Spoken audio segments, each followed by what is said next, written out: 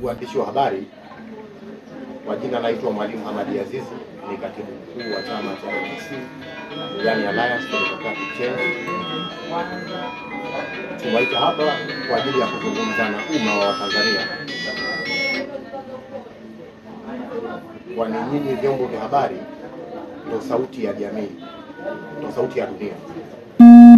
Chama chetu tunatarajia kufanya mkutano mkuu maalum siku ya tarehe 29 katika eneo la Ubungo Plaza katika ukumbi wa Tanzanite.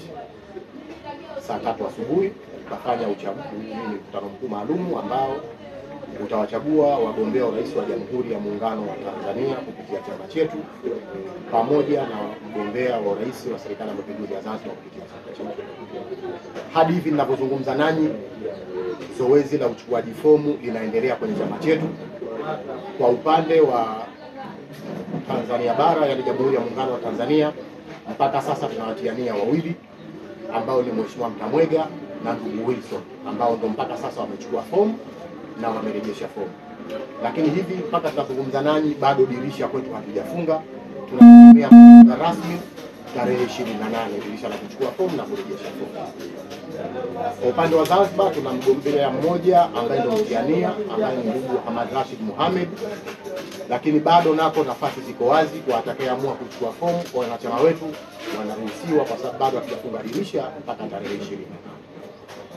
Kabla ya kwenda kwenye mkutano mkuu maalum, tutafanya kikao cha kamati tendaji ambacho kinatarajiwa kufanyika kesho siku ya Ijumaa katika hoteli ya Leka. Baada ya hapo, Jumamosi ambayo ni tarehe 28, tutafanya kikao cha bodi ya uongozi ambacho kitafanyika katika hoteli ya Mik Hotel ambayo iko Ubungo.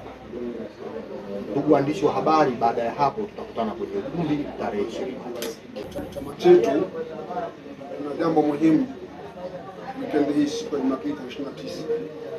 Tutakuwa tuna shughuli kubwa ya uchaguzi wa ndani ya chama kwa ajili ya kuwapata wagombea wa Jamhuri ya Muungano wa Tanzania katika nafasi ya urais na Serikali ya Mapinduzi Zanzibar. Hiyo ndio kazi kubwa ambayo iliyoko mbele yetu, tunategemea kuifanya siku ya tarehe 29 mwezi wa 6 ndani ya ukumbi wa Ubungo Plaza. Kwa hiyo mimi kama waandishi wa habari watu wengi sana kwa shughuli zetu. Tulikuwa niseme kwa niaba ya chama kwamba karibuni sana.